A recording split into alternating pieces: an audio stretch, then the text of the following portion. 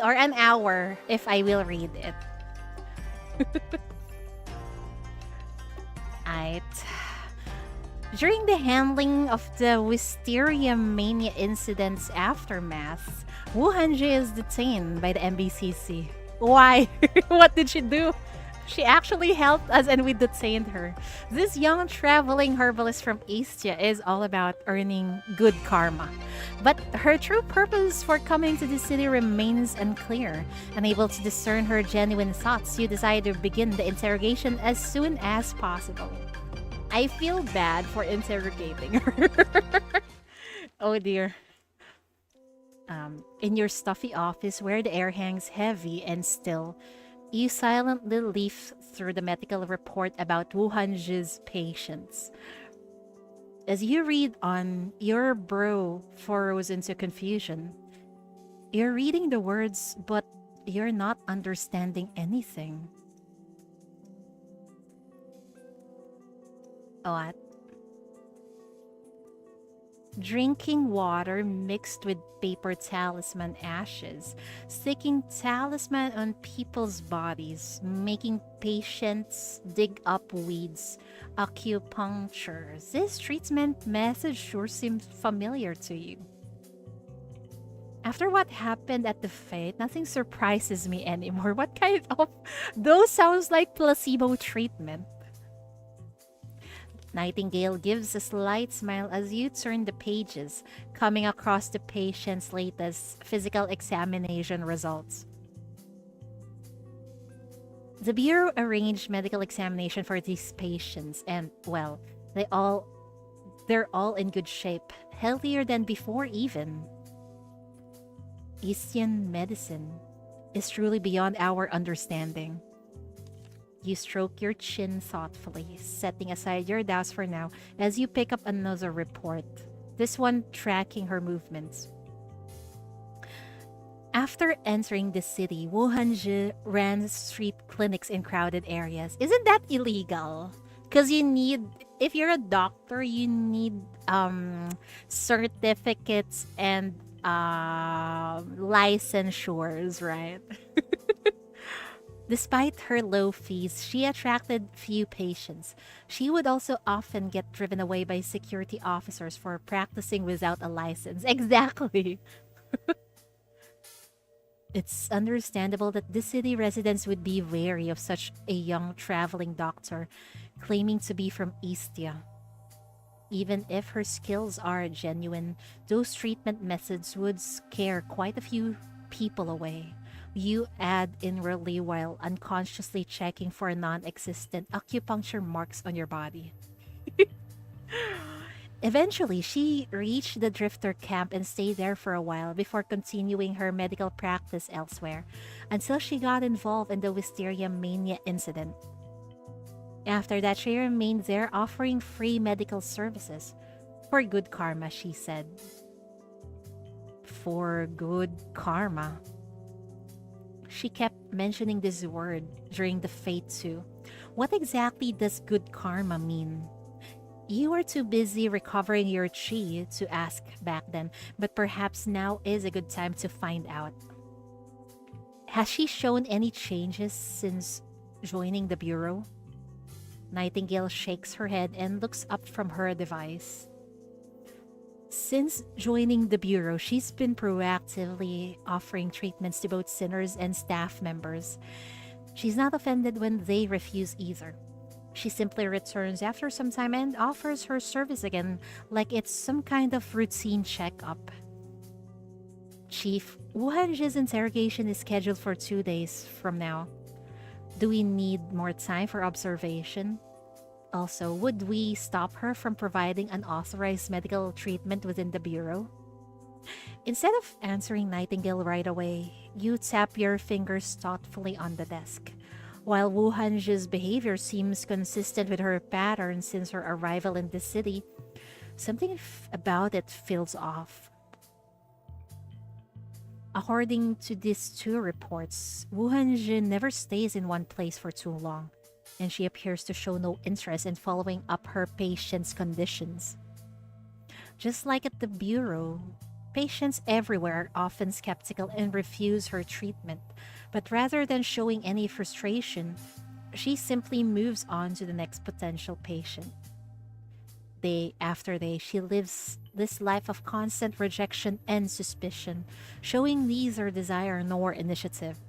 You begin to wonder if her medical practice is just another part of her well programmed routine. I feel so bad for her. She's just trying to help, and people keep on rejecting her. I wonder if she's asking for payment for those treatments. Rather than curing her patients thoroughly, Wuhan just seems more concerned with treating as many people as possible, almost as if she's trying to meet some kind of performance quota. Oh, no need. We'll proceed with the interrogation as scheduled.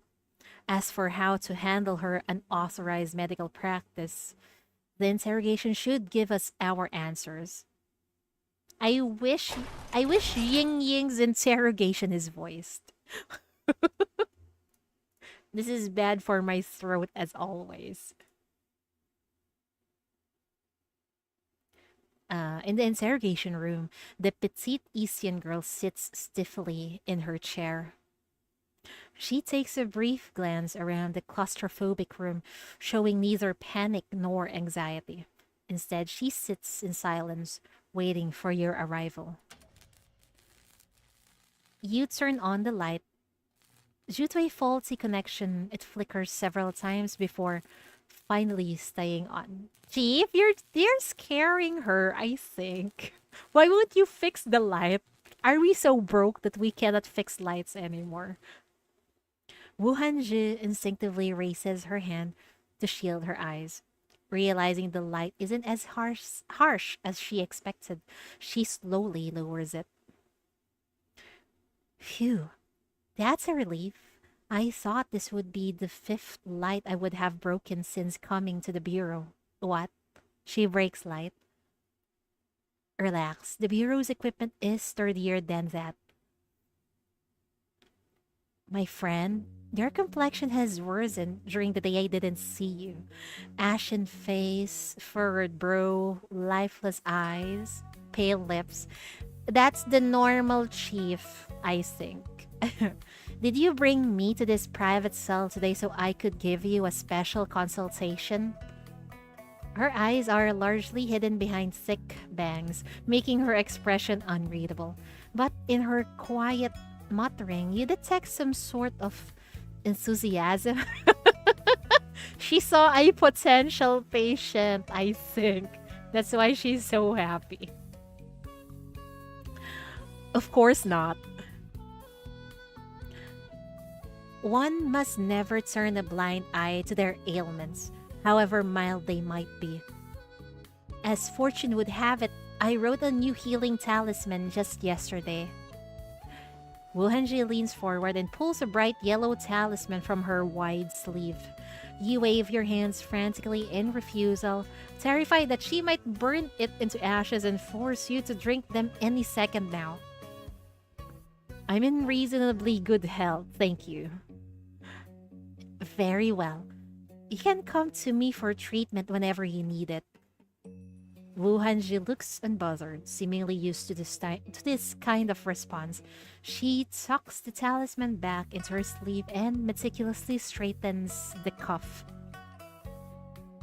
Eastern medicine focuses on observing one's vital energy, predicting its course, and treating ailments before they manifest. It's simply a different approach from the city's prevailing medical theories. As the saying goes, prevention is better than cure. Best not to wait until the illness becomes untreatable. Slow down. As Wu Hanji rattles off in an incomprehensible stream of medical terms, you feel like she is practically writing your epitaph already.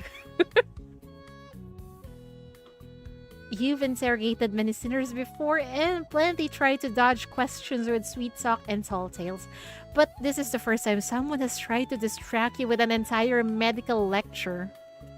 She still sounds like the concerned young healer, you know, but Unlike during the Fate incident, there's no real risk of chi depletion for you anymore. If not for your extensive interrogation experience, her elaborate medical discourse might have successfully diverted you from the matter at hand. Thanks for the Asian medicine crash course. Let's set that aside for now. Pay careful attention to my following questions. Your answers to them will determine the level of supervision you'll be placed under. With the medical discussion over, Wu Hanji reverts to her usual gloomy self. He adjusts her clothes and shrinks back into her chair. Why were you at the Fate when the wisteria mania broke out? Because of my bad luck. Hmm?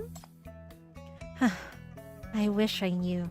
I tried so hard to avoid that storyteller. When she went when she left when she went left, I went right.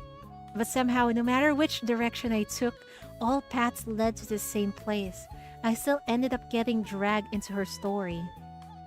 And this time, it was even worse. Dreams piled on top of illusions, and I ended up in that bizarre fate. Not only did I nearly die, but now I'm locked up in this bureau or whatever it is. As Wu Hanji hangs her head in dejection, you find yourself feeling sympathy for her. Here's another soul cursed with the same awful luck as you. She's my spirit animal when it comes to gacha, I think. I do have horrible gacha luck too.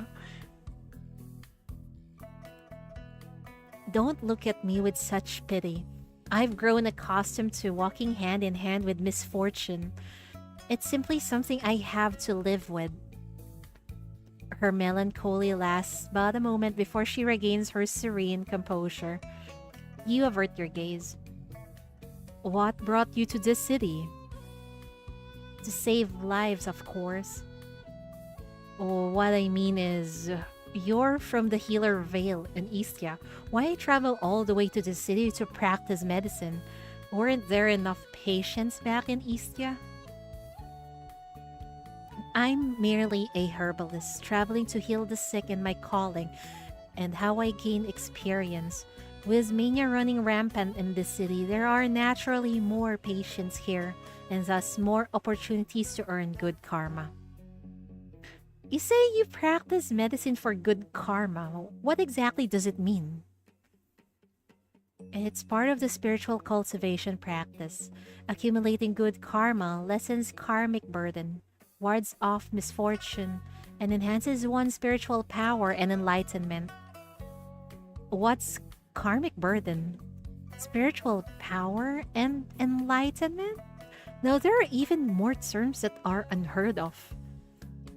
Seeing your bewildered expression, Wu Hanji realizes it's useless to pull you further into the cycle of incomprehension. Let's just say healing people earns me good karma. According to Wu Hanji, healing people earns her good karma. Does she mean that good karma is her only motivation for helping others? Or is it a byproduct of her charitable acts? I've known other sinners who were doctors. They acted out of professional calling, never mentioning any personal gains from helping others. Even considering regional differences and varying medical philosophies, could practitioners of the same profession really have such contrasting motivations? Are your persistent attempts to treat me also about earning good karma? Yes, and since you're someone important around here, your life is worth even more good karma. Wuhanji adds seriously as if she's trying to sound more convincing. You're not sure if you should be glad to hear about your high karmic value. Did I ever reveal that I was someone important during the fate? Wuhanji mumbles something incoherent without giving a proper explanation. Seeing her evasiveness, you press on with your questions. But you've also helped ordinary citizens and people from the Drifter camp. They're hardly what you'd call important people. In Istia, we also believe having something is better than having nothing. She fumbles with her words before finally forcing out a reasonable sounding answer. You let out a sigh, having expected her to say something more compassionate, like wanting to help patients recover or that she's unable to ignore others' suffering. So, according to what you're saying, you earn different amounts of good karma depending on who you save. Do you lose karma if you fail to treat them? How many ordinary citizens would equal one VIP? Is there a formula to this, Chief? You're too engrossed with the karma shenanigans. Your rapid fire questions visibly unsettle Wuhanji, although she manages to maintain her composure. The mechanism behind is not meant to be understood by mere mortals like us. So, does practicing without a license reduce your good karma? I merely lack the city's official permission. That doesn't affect my ability to heal patients. Wuhanji deliberately sidesteps any questions about how karma is calculated, brushing them aside with vague answers. I can understand people's desire to accumulate wealth, but what's your purpose in accumulating good karma? Your belief seems to lack any support from concrete theory or data. After a long silence, Wuhanji finally speaks, her voice barely above a whisper. To break free from my curse of misfortune. Out of all the things Wuhanji has said, two concepts appear more frequently than others: good karma and misfortune. What happened to her? Why is she unlucky? They seem to form an impregnable barrier around her, like a looming shadow. How much good karma do you need to break the curse? Is there some kind of progress bar to track it? Wuhanji shakes her head. Wait, let me drink some water. My throat is dead.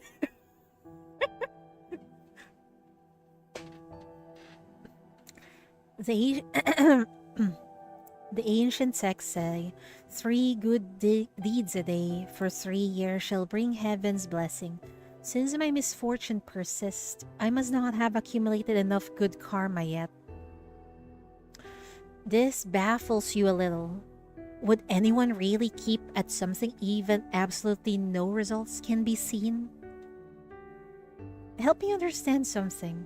As a physician, when you prescribe medicine, don't you adjust the treatment plan based on how the patient responds? So going back to our subject, if your actions aren't bringing any changes to your life, could it be that good karma simply isn't the right medicine for breaking your curse? Chief has a point. Wuhanji lifts her head slightly as if to speak, but after a moment, she drops her gaze again, fidgeting nervously with her fingers. What I mean is, you've accumulated so much good karma already, and yet you still seem constantly troubled by bad luck. Before you can finish speaking, you feel a surge of depressive energy coursing through the shackles. At the same time, At the same time, you realize you might have just said exactly the wrong thing. You're right. I've tried so hard to accumulate good karma. So why am I still cursed with such terrible luck? A disaster destroyed my homeland and took my family away. I lost everything that mattered to me, only to end up cursed with this endless misfortune. I don't know how much good karma is considered enough. I can only keep trying to earn more. Surely one day, I'll have enough to break this curse, right? Instead of deflecting with her usual mythical theories, Wuhanji opens up about her past in Istia. Her last words sound less like a question and more like a quiet confession to herself. What good would knowing the truth do? Nothing can be changed. It would only bring more pain. Her head sinks lower and lower as waves of despair seems to materialize around her. Dark energy gathering and wrapping her in an ever deeper darkness. Release the shackles. The shackles help bring Wuhanji back to her senses. You give her shoulder a gentle pat, pause the interrogation, and offer her a glass of water. Good karma. You pick up your pen and write down this unfamiliar Eastian term. Could something so intangible truly exist? Could accumulating good karma really break the curse of misfortune that plagues Wuhanji? What makes her believe so firmly in this? Has she witnessed the miraculous power of good karma firsthand? Or is she simply chasing after some vague Eastian myth? As the interrogation progresses, instead of finding answers, you're left with even more mysteries, ones that seem impossible to solve. You set down your pen, having come to a decision. That concludes this interrogation. The Bureau has been monitoring and examining the conditions of your patients, and it turns out they're all in good health. Though you may be practicing without a license, you are, without a doubt, a qualified physician. At your words, Wu Hanjiten's body begins to unfurl. She glances at you, and finding no trace of mockery in your expression, finally lets out a deep breath of relief. Many people at the Bureau need medical attention. While we do have our own infirmary, I suppose we could give Eastian medicine a try. Of course, our infirmary will monitor the progress. If you need anything, you can always reach out to Nightingale. Wu Hanji is taken aback. Not only have you stopped questioning her, but you've even permitted her unauthorized practice. Her usually expressionless face shows a mixture of disbelief and astonishment. Thank you. So, I can go now? You nod and watch quietly as Wu Hanji makes her way out of the interrogation room. Oh, always count on Nightingale, always. Hi, White Rose. Welcome. You try to organize your thoughts, setting aside for now your questions about good karma and misfortune.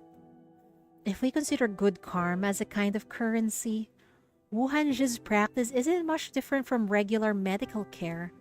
Sometimes she even offers free treatment, not receiving any actual payment at all. What? How could she earn a living if she doesn't accept payment? And then the people still doubt her? Man, I feel so bad for her.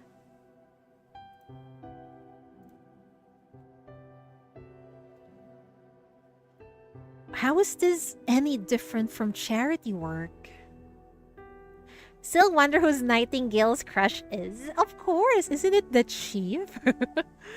Earlier, you had the impression she only cared about the numbers of patients she treated, not the actual results of her treatment.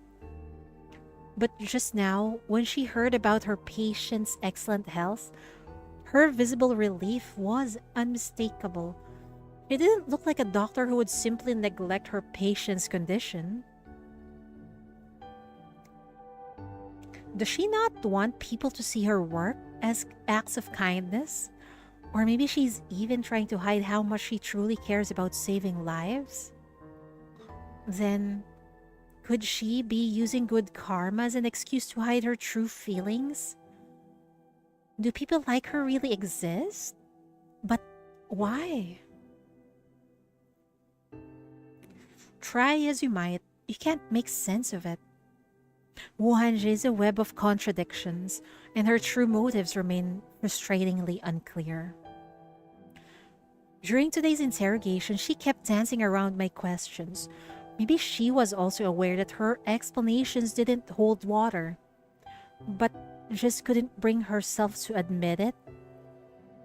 This guess seems a bit far-fetched, even to you. But without more information, you can't come to any other conclusions. She helped you in the illusion, and now you want to return the favor. Even if you can't break her so-called curse of misfortune, at least you might help her understand her true feelings. A dull headache throbs in your temples as Wuhanji's cryptic Isian incantations echo in your mind. You grab your pen again, draw circles around the term good karma before adding a large question mark beside it. It looks like it all comes back to good karma in the end. One step at a time. Damn. Chief has to discover that himself. Oh my god, the chief is such an air. Can I call her an airhead? Not really an airhead, more like she's very dense. The chief is so fucking dense. This interrogation has yielded no way. I haven't read that yet.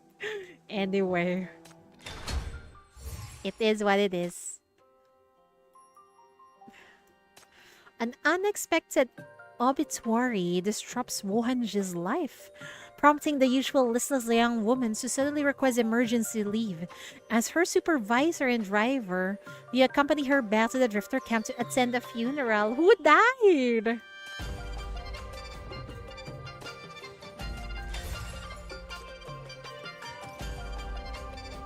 Let me drink some water first.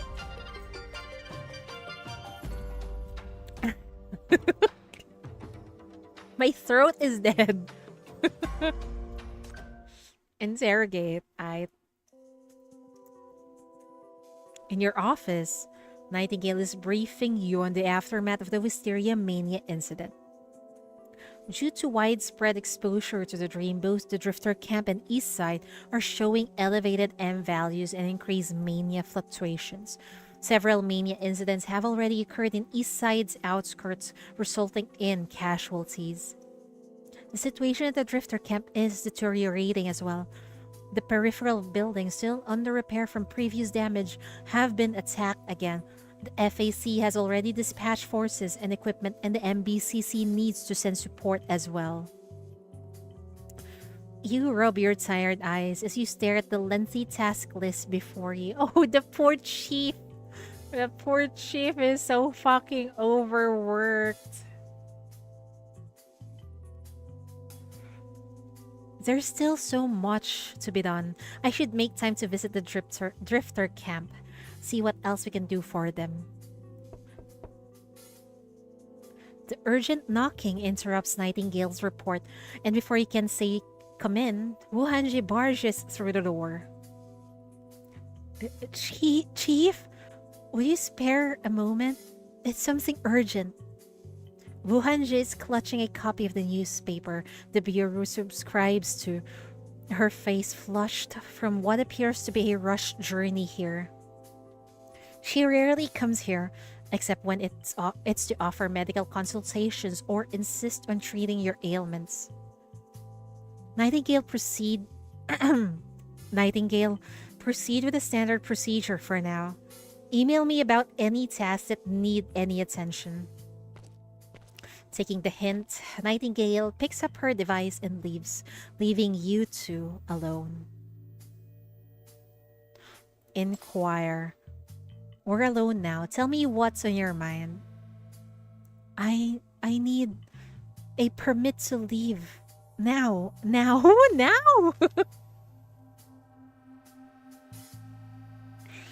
Early the next morning, you drive the bureau to the Drifter camp by the shortest route. Having visited countless times before, you know the streets like the back of your hand. This time, however, you let Wuhanji take the lead. After all, you're only here as her official escort for this emergency leave. I'm sorry.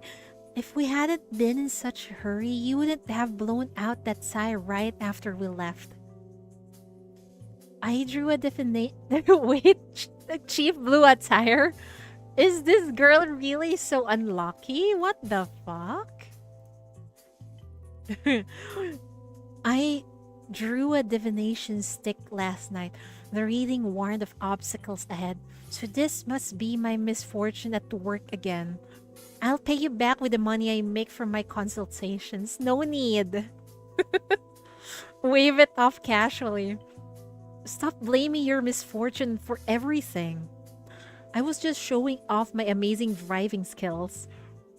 Thought I'd give the spare tire a chance to shine. Doesn't sound convincing, Chief, but okay. The funeral begins in less than 30 minutes. Your task now is to locate where it's being held, and fast.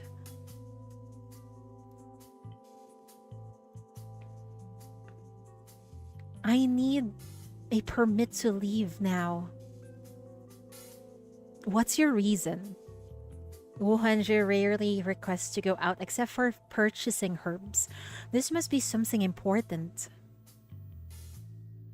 A few months ago, I treated an old lady at the drifter camp.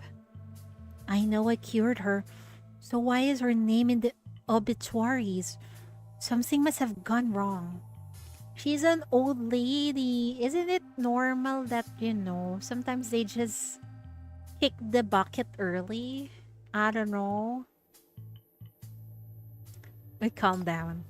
Wuhanji's fingernails are digging into the newspaper. You gently pry her fingers away and take the paper for a closer look. The newspaper is crammed with reports of events from every corner of the city. Where her fingers left their mark is a tiny, perfectly square column tucked away in the corner of the page. This section carries the names of the deceased without embellishment or flowery words. Some days the list runs long, others short. The obituary notes the funeral will be held tomorrow morning at the drifter camp. But where? Did I miss something? Could there have been an underlying condition I failed to spot? Or was there something wrong with the medicine I prescribed?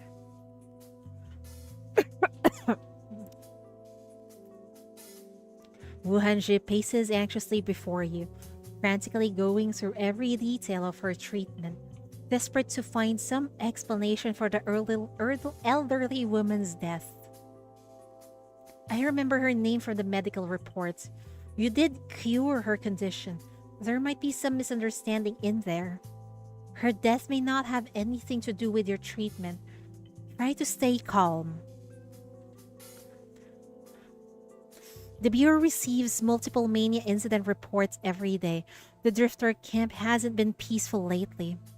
Oh, casket cameo. Maybe, we'll see.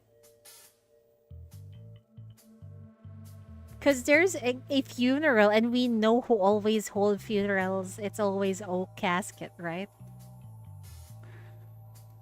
As you watch Wuhanji's anxious demeanor, you recall something she said before. Is Wuhanji so concerned about the elderly woman's death because she's worried about her good karma? Would the good karma she earns from healing someone vanish upon their death? I think she just cares a lot. What are you hoping to find at the drifter camp? Wuhanji lifts her head to meet your gaze. Her tone is earnest and slightly imploring. I need to verify the true cause of Granny Wu's death. Contrary to her assumption, Wuhanji doesn't mention anything about good karma. Perhaps she isn't as obsessed with it as she claims to be. Right now, she's simply a doctor who's concerned about her patient's life. You sense that a chance to understand Wuhanji's true thoughts is about to present itself. Grab the car keys. Let's go. A sinner needs a supervisor for emergency outings, right? And a driver. Chief is such a good mom. This is it. We're here. By the time you arrive, the funeral is about to begin. This appears to be where the old lady lived. Her modest home has been transformed into a simple memorial hall, too small to accommodate more than a few people. A few people inside, neighbors who can't get in, crowd around the doorway. Wu Hanzhi tries to squeeze through the crowd several times without success. She can only stand on tiptoes, eagerly peering inside over people's shoulders. How did Miss Wu pass away so suddenly? Didn't she recover from her leg condition? I heard she was even looking for part-time work. Who knows, maybe she wasn't really cured at all. I remember that doctor, she was muttering strange things constantly and looking so gloomy. Probably just another quack. No, don't say that. She is here.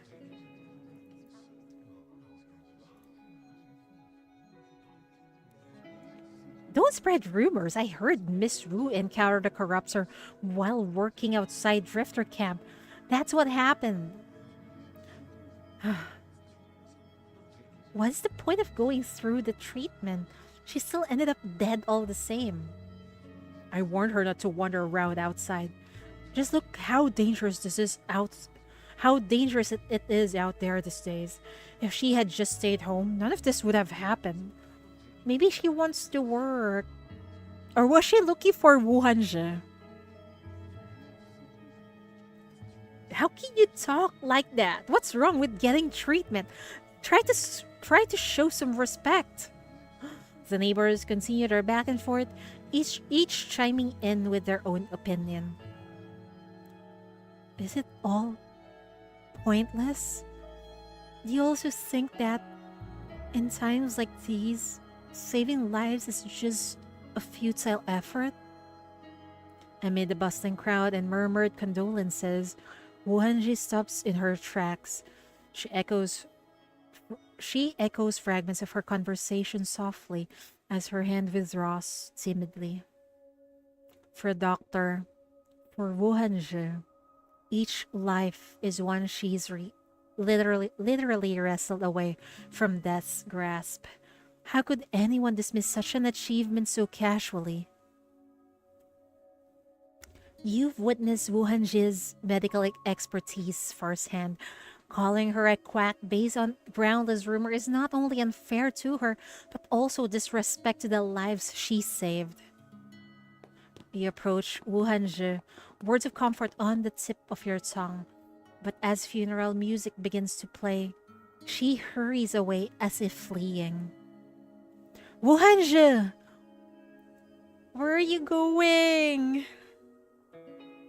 Natural light barely reaches the heart of the drifter camp, and lights stay on constantly as the only source of illumination. After Wu Hanji leaves the funeral, you quietly follow her. After walking for a while, Wu Hanji gradually slows down until she's walking side by side with you. I've heard such talks many times before. It doesn't bother me anymore. Wu Hanji speaks with an air of detachment, as if she's used to numbing herself with these words. The young, wandering healer returns to the drifter camp to check on her former patient, only to be met with misunderstanding and wounded by cruel rumors.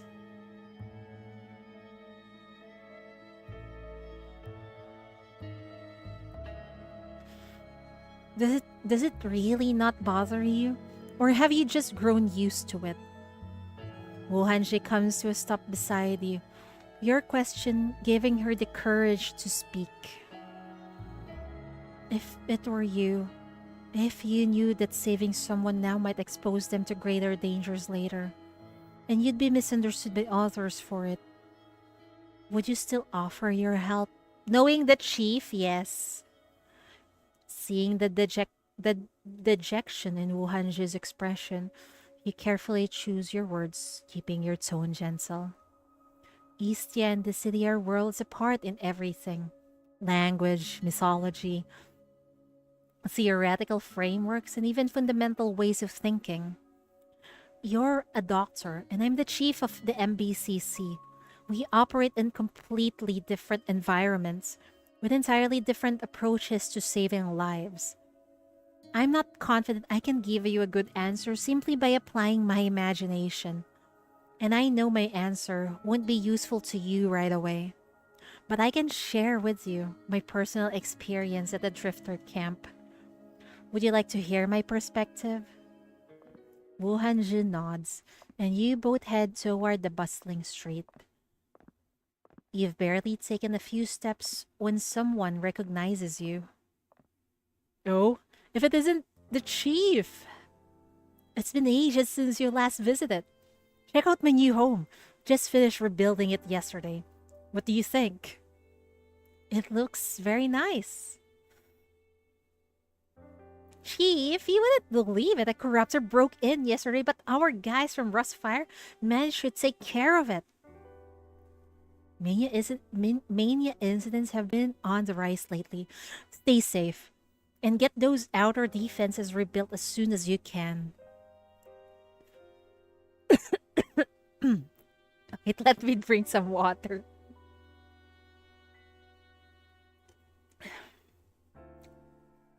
As you discuss mania and reconstruction, Wuhanju timidly interjects with a question.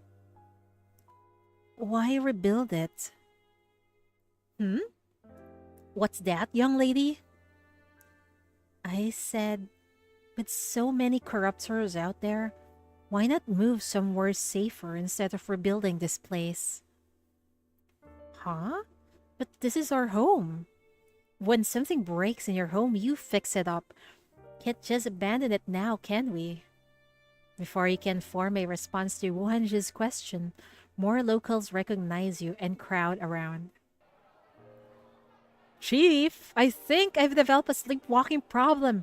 In my dream, I was circling around this huge wisteria tree, and when I woke up, I found myself on top of the awning above the market. So they were affected by that incident, huh? Some shake your hand enthusiastically, others sob and sniffle as they pour out their troubles. There are even people asking you to sign some old photos of you, hoping to sell them for a good price. Wow, people in Rossfire sure are business minded. Find a way to slip away. Everyone, please calm down. I'm here today to assess the impact of the mania incident. Please don't crowd around. After addressing everyone's concerns and questions, the crowd finally disperses. Just as you think you finally have time to answer Wuhanju's question, another local approaches you hesitantly. So you're the renowned. Interrupt him. Yes, yes, that's me. Happy to be of service. Chief, you see, my old man's a little superstitious. He keeps forcing me to buy all sorts of protected charms to hang around the house. Ancient coins, peach wood, swords, even crosses and garlic. I don't know how to reason with him. He keeps saying we must be cursed with bad luck. That's why we keep suffering through these disasters. No, that's not true. Then he starts going on about how I'm not trying hard enough.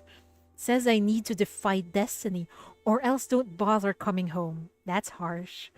You give a simplified explanation for the wisteria incident, sharing only the information cleared for public knowledge.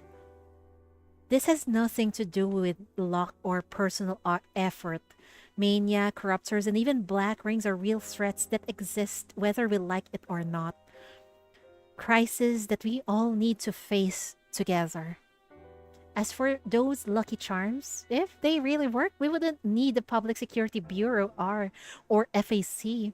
We could all just pray our problems away. The man leaves after giving his thanks, but not before insisting you take his newly bought lucky bracelet. After watching you field questions after another from everyone, Wuhanju fixes you with a serious look and poses one of her own. My friend, do you think that a person's fortune has nothing to do with how hard they try? You can't help but shake your head in amusement. Why is everyone coming to you with questions today? Do you really look like some kind of walking fortune cookie dispenser? I believe luck is nothing more than probability. I consider myself a hardworking person, but that doesn't seem to improve my luck one bit. Same. I even I even died once. You only add inwardly. You're right. The chief died. And she was also working so hard back then. What about Lucky Charms? Have you ever tried using them? You mean this? You show her the lucky bracelet the local just gave you. With a gentle tug, the strings breaks, and before you can catch it, the beads are scattering all over. With a patter, the beads bounce erratically before rolling to a stop next to Wuhanji's and your feet.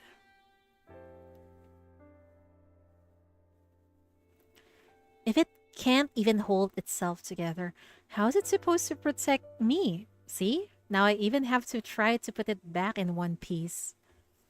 Wuhanjin kneels down helpfully beside you, helping to pick up the scattered beads one by one. Then, if neither effort nor lucky charms work, what can I do to avoid disaster, to escape all this misfortune? Shouldn't Eastern philosophy have explanation for this? I don't know much about it, but I remember you practice divination and consult almanacs. And what about your talismans? Your peachwood sword, all these tools you carry. Shouldn't you know better than me about these things? Don't tell me you're not sure about them either. Wuhanje rises to her feet, staring down at the collected beads in her hands, her long bangs hiding her eyes. Standing before you now, she somehow resembles a student seeking guidance from a teacher. After a long while, he answers in a stifled voice. I'm indeed not sure. In the books I've studied, it is written that virtue brings fortune to those who practice it, and that morality is the foundation of all things. I kept telling myself that healing others was just to accumulate good karma, that everything would get better once I'd earned enough. But it seems I never really convinced myself of that. Now it's your turn to be confused. Are you saying you've been lying to yourself? Why? I... Wuhanji's brows knit together. Her lips part a few times and press shut again. Back in the interrogation room, when I said I was accumulating good karma to break my misfortune, I wasn't lying to you. I just withheld certain things. My misfortune wasn't something I was born with. It came from the disaster that destroyed my hometown. Really? You have to cut it off there? What the fuck, game? You really like cliffhangers. The old woman's death has torn open wounds that Wuhanji has been neglecting. She's as confused as she is in pain. She admits to having kept secrets from you and is now ready to reveal her true feelings.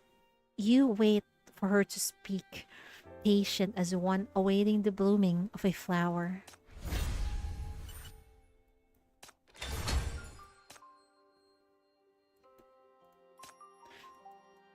Wuhanji reveals her past and why she numbs herself with talk of good karma. Finally, backstory. You guide her through the drifter camp knowing that if your words aren't convincing enough, then you must let her hear, see, and experience the truth firsthand.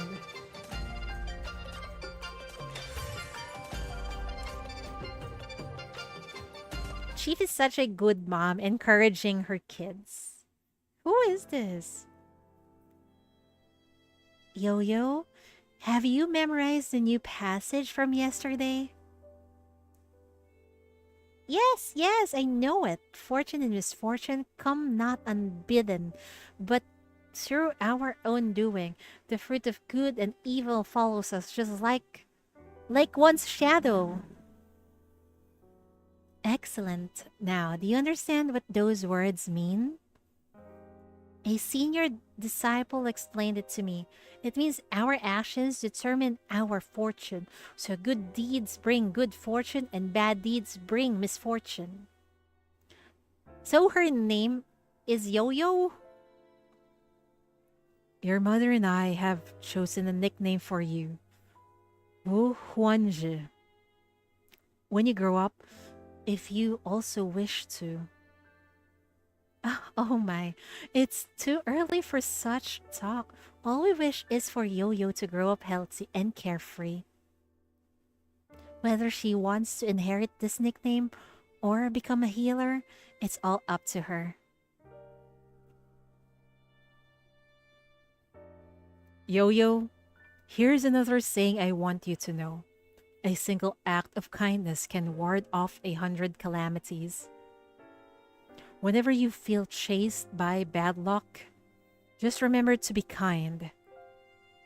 The good karma you accumulate will help ward off all your troubles. Like how you heal people and save lives? Uh-huh. Yes, that's right.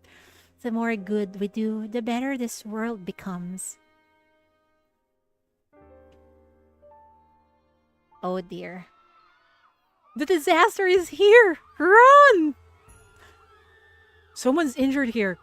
Quick, stop the bleeding. Tie a tourniquet around the severed limb. Needle the vital points, then... Watch out! Rockfall! Ugh. No! Father! Mother! Someone help us! Monsters? People are turning into monsters. No! Stay back! Oh dear.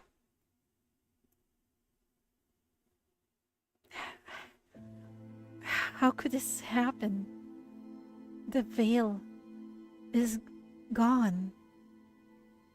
Didn't you say healing others would save the world? Father? Mother? You lied to me. Didn't you tell me doing good deeds could ward off all troubles? Then why did you leave me? There's nothing wrong with healing others, but this was a calamity that no one could have escaped. Father, Mother, none of us did anything wrong. We healed people and saved lives. Why were we still stuck by such tragedy? Please, I can't make sense of it. Was our faith not strong enough? Yo-Yo, stay strong. It must be that our spiritual cultivation was still lacking. Yes, that's right. We hadn't earned enough good karma to ward off such a destructive disaster. So this is where she got all those karma shenanigans. So it's like a defense mechanism. Man. So that's why? That must be it. There can be no other reason.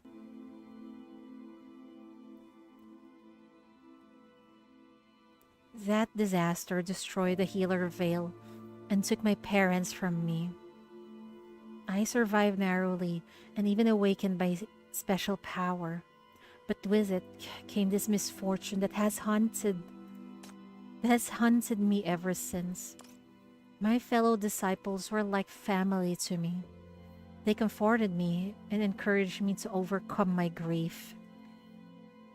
I had no time to dwell on my sorrow.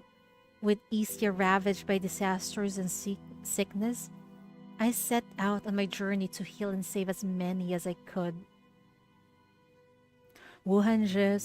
Speaks softly, her gaze traveling across the winding streets of the drifter camp and lingering on the half rebuilt structures at its edges. Throughout my journey, I've saved many lives and lost just as many. This is the struggles of doctors, huh? I once thought I could wrestle lives from death's grasp, but in the end, I realized how powerless I truly was. When the world itself is crumbling, what can one person do to stop it? All my medical knowledge means nothing in the face of the calamity. She lets out a long, heavy sigh, each word of this painful truth seeming to drag itself unwillingly from her lips. I watch helplessly as those I had helped were slaughtered by monsters, crushed by falling rocks, burned alive in flames. The dying transformed into monsters themselves, while the survivors lost their homes and families. I've convinced myself that I'm only healing others to earn good karma, as instructed by the ancient text, and attribute my misfortune to not having done enough. But every time I try to save someone, I'm terrified. Is the act of saving lives ultimately meaningless? Am I truly saving them, or merely changing the way they'll meet their end? Wohanji's voice catches in her throat as she looks up at you, tears welling in her eyes. Have I been wrong all along? In a world like this, it's pointless to try to save someone's life, isn't it? No! It's not pointless at all. Like someone drowning, she's desperately grasping for anything that might keep her afloat. It's not pointless. You choose to save others because that's who you are. Someone with a kind heart. Children dash past with playful shouts. Street vendors call out their wares. Warm light spills from the windows of homes, carrying the sound of laughter. It all feels so ordinary, so beautiful, as if things like mania, corruptors, and black rings all only belongs in some distant world. Look around you. These simple moments of life continue because of the lives you've saved. Isn't that the point? You've come such a long way on your own, witnessed so much death and despair, yet you've never stopped trying to save lives. That takes remarkable strength. Following your gaze, Wu Hanji looks out at the drifter camp. He's seen these daily scenes countless times before, but always through the eyes of a doctor searching for patients. All she saw was people's illnesses, and all she cared about was rushing to cure them, never realizing that saving lives meant more than the simple matter of life and death. Yeah, you should appreciate the people that are happy because of the people you have helped. The difficult task of saving lives took its toll on you, so you found yourself an excuse, or rather an anchor to hold on to. It doesn't help steady your heart and numb the pain, but like any anesthetic, its effects grow weaker over time. I'm glad you shared this with me. It means you're starting to trust me, aren't you? Wu Hanji nods, sniffing slightly as she collects herself. You asked me earlier if I knew that saving someone now might expose them to great dangers later, and I might be misunderstood by others for it. And I might be misunderstood by others for it. Would I still offer my help? Of course I would. Yeah, the chief would. You asked me earlier if I knew that saving someone now might expose them to greater dangers later, and I might be misunderstood by others for it. Would I still offer my help? Of course I would. Yeah, Chief is so admirable. Those people who just came to share their stories and express their gratitude, they're the ones I've saved. I could never understand. I could never stand by and watch them die. There's only so much I can do, and those I've saved still face many challenges ahead. Some of them are still doing well now, while others are worse off than before. Do they ever regret being saved by you? You smile. I don't know. But I do know that the dead have no chance for regret. Oh. Before saving someone, do you ever consider what might happen to them afterward? I mean, is there really time for that? Choosing not to save someone leads to only one outcome death. But choosing to save them creates endless possibilities, both for them and for yourself. Even if death will still claim them in the end? Even if death will still claim them in the end, the existence of something cannot be undone.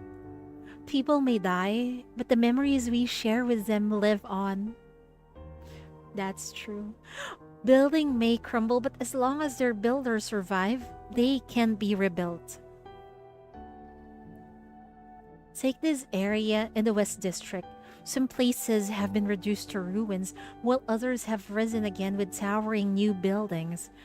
Even ruins themselves become historic landmarks that people remember and visit. I've saved others, and others have saved me in return. That's the sole reason I'm still standing here with you today. As Wuhanji listens intently, understanding seems to be dawning on her. Man, where's Oak Casket? Isn't this her place? You reach the memorial at the foot of the drifter camp. Though reconstruction here isn't complete yet, some camp residents are voluntarily clearing away the scattered rubble. You and Wuhanju keeps your distance, not wanting to disturb their work. Death is never meaningless. Things happen and people remember. This memorial stands for all those who gave their lives for the drifter camp and the mine. No matter how many times this place is destroyed, people will rebuild it again and again. It's because of people like this that humanity's history continues to be written. And to be honest, I don't really care about being remembered. I don't do what I do to leave behind a legacy or achieve what people would call a happy ending. Chief is so selfless. Because for me, if you would ask me, I would love to be remembered of what I did. If if ever I die. But sadly, I don't think that will ever happen. Anyway, then why? What do you save lives for? Realizing the conversation has gotten rather heavy, you shrug and stretch your stiff muscles. Simply because I want to. Typical chief. That's it? That's it. Wuhan just stares at you blankly, waiting for you to elaborate. Well, I just couldn't stand by and do nothing, so I helped them out. I I don't understand. Saving lives is a complex task. Can the motivation really be that simple? A person's life or death affects so many people, so many things. Seeing Wuhanji caught in another loop, you let out a resigned sigh, pondering how to help her break free from this mental maze. Just then, a group of young people appears near you, the faint scent of incense still clinging to their clothes. Hey, hurry up and clean this area. Miss Wu was really concerned about rebuilding the memorial before she passed away. Miss Wu cared about so many things: kids' education at the drifter camp, support for the elderly left on their own. We must carry all this mission she left behind. Of course we will. Miss Wu sure kept herself busy after recovering from her leg injury, taking on so many responsibilities. See that? This is what inspires people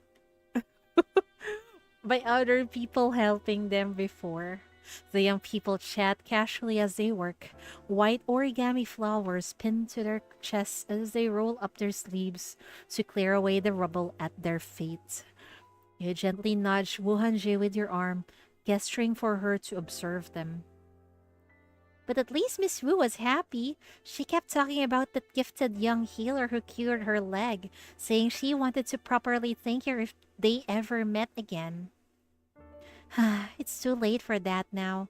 I wonder if that young healer came to Miss Wu's funeral today. Hmm?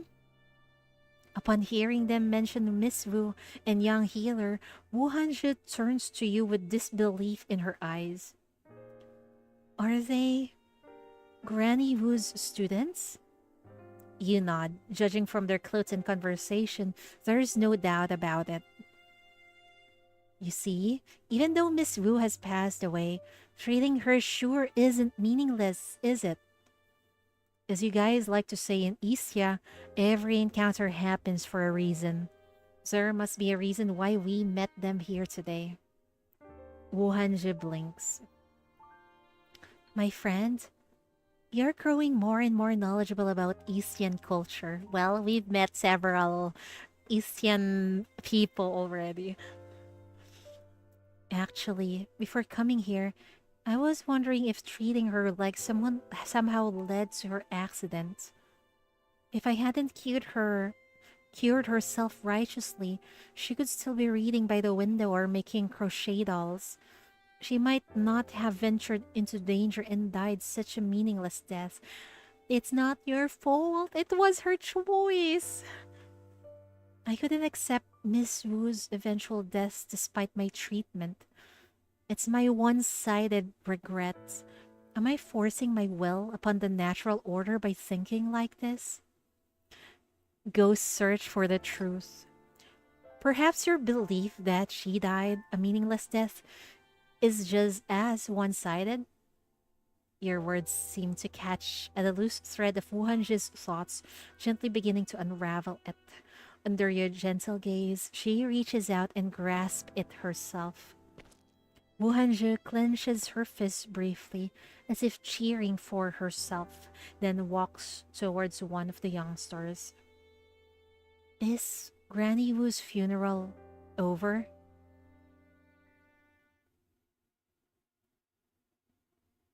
When you return to the funeral, the mourners have already dispersed, leaving only Granny Wu's family to tend to the final arrangements.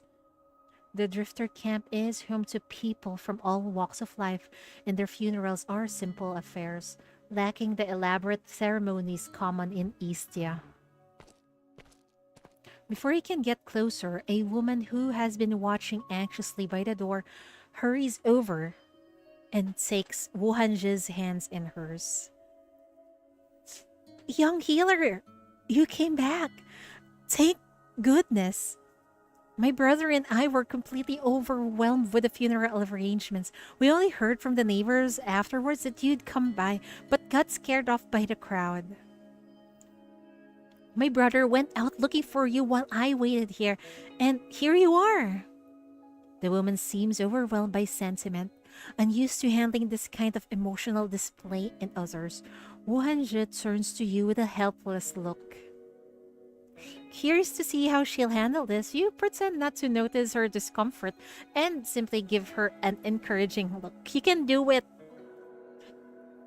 Please accept my deepest condolences. Racking her brain, Wu Hanji falls back on the most common Asian condolence phrase she can think of. My mother spoke of you a lot. She would tell us how much you helped her when you were here and what a dear, kind person you were. She was always worried about you. If you had a place to stay, if you were eating properly, or if law enforcement was bothering you. Hearing about the old woman's constant concerns for her, Wuhanji's throat tightens, and she seems unable to hide her grievances any longer. Your mother, she was truly a kind soul. She was the only one who took me in when I couldn't afford to stay in an inn. When everyone else doubted me and refused my treatment, she gave me a chance, saying she hadn't been able to walk for years anyway. Is there anything I could do to help? Something I could do for your mother? Wuhanji asked gingerly. You've already done so much for us. My brother and I will take care of the funeral arrangements. Please, don't worry. In fact, I wonder if we could do anything for you. The woman looks at Wuhanju with such tender concern that it catches her off guard. The same kind of look you gave her not too long ago. Oh, I hope I'm not being presumptuous. It's just that you look so sad and aggrieved. You touched by her kindness, Wuhanju gently waves her hand as she replies. May I know, after she regained her ability to walk, was your mother happy? Of course. She was over the moon, and it wasn't just her. My brother and I were overjoyed to see her that way as well. Because of her leg, she hadn't left the drifter camp for many years. While we were away working, she spent most of her time alone at home. Her spirits lifted considerably. She used to be a teacher, so she even found a part-time nanny job in Eastside. She wouldn't stop telling us how full of energy she felt. She was even saving money to buy gifts for her grandchildren. Hearing about Granny Wu's new life, a faint smile touches Wuhanji's lips. All the dreams her patient once shared about life after recovery had come true. Then, how did she pass away? Hearing the question, sadness washes over the woman's face. A few days ago, a rogue corruptor appeared in the outskirts of Eastside. My mother was on an outing with her employers and their child at that time. She died protecting the child from the corruptor, but her sacrifice bought enough time before the sheriffs arrived. Oh dear. It is really her time, maybe. No way. Wuhanji's voice trembles. If she had stayed in the drifter camp, maybe she wouldn't have. No, please, don't think like that. She never regretted leaving home, and she would never regret saving that child. Though her death broke our hearts, we feel proud of her.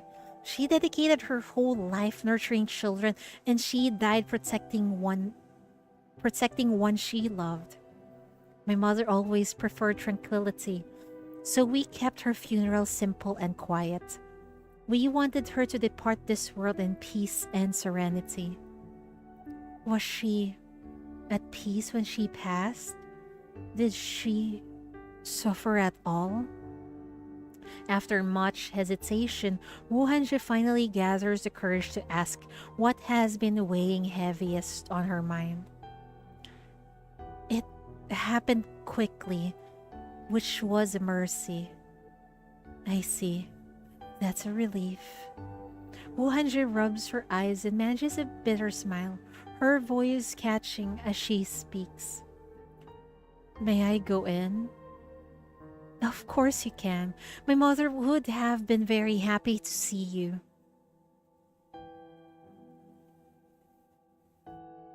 The room, which was bustling earlier in the morning, now lies in silence. Though modestly furnished, everything is kept in perfect order. a testament to how much she cherished life. On the table in the center of the room sits a photograph of an elderly woman, her gentle smile reaching her eyes. Granny Wu, I'm here. Wu Hanji takes a white flower from the long table by the door and gently places it before the elderly woman's photograph. I'm at a place called the Bureau now. I have a room there, food on my table, and someone who patiently answers all my questions. I can continue healing people and doing good deeds. Wu Hanji's throat tightens as her voice begins to quiver despite her best effort. I'm doing well. So wherever you are now, please don't worry about me. A breeze drifts through the window, stirring the flower petals. Wu Hanji's vision blurs with tears, but but she stubbornly fights back a sob, quickly wiping away the tears with her sleeve before they can fall.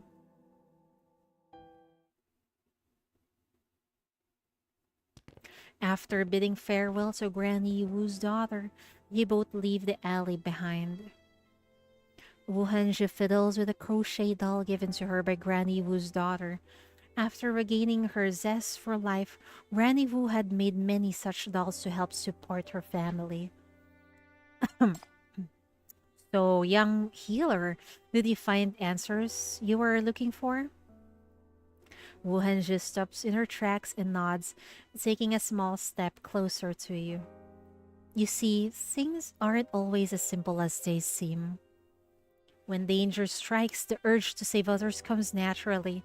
It's the same for Granny Wu. She did that because she had a kind heart, and so do you. Then, so stop talking about the crumbling world and how everything's beyond saving. Leave all these troubles to those big shots.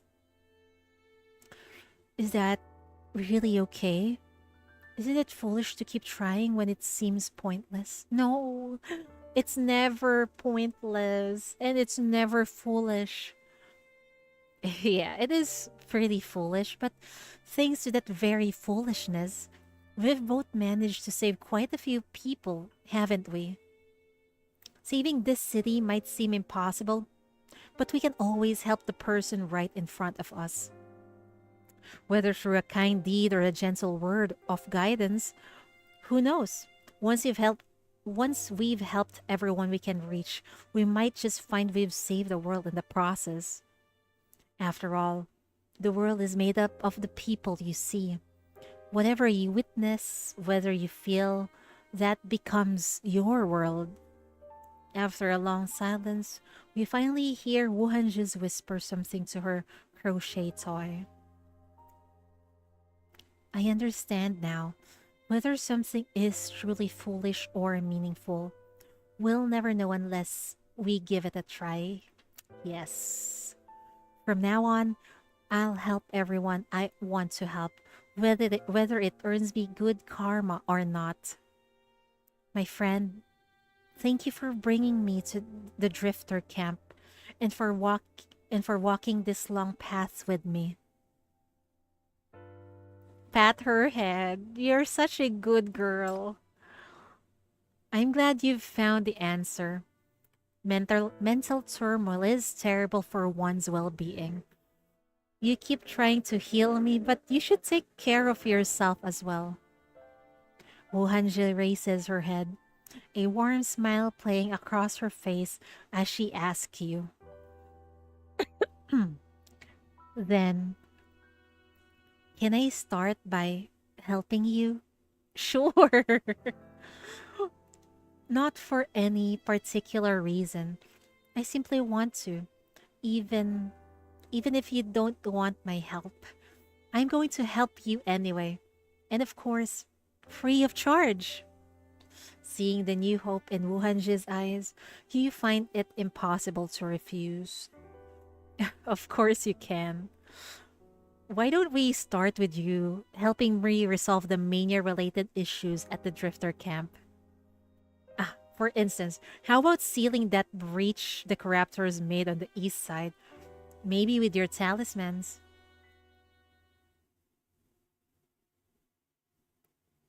Several days later, MBCC chief's office. Wait, let me drink some water.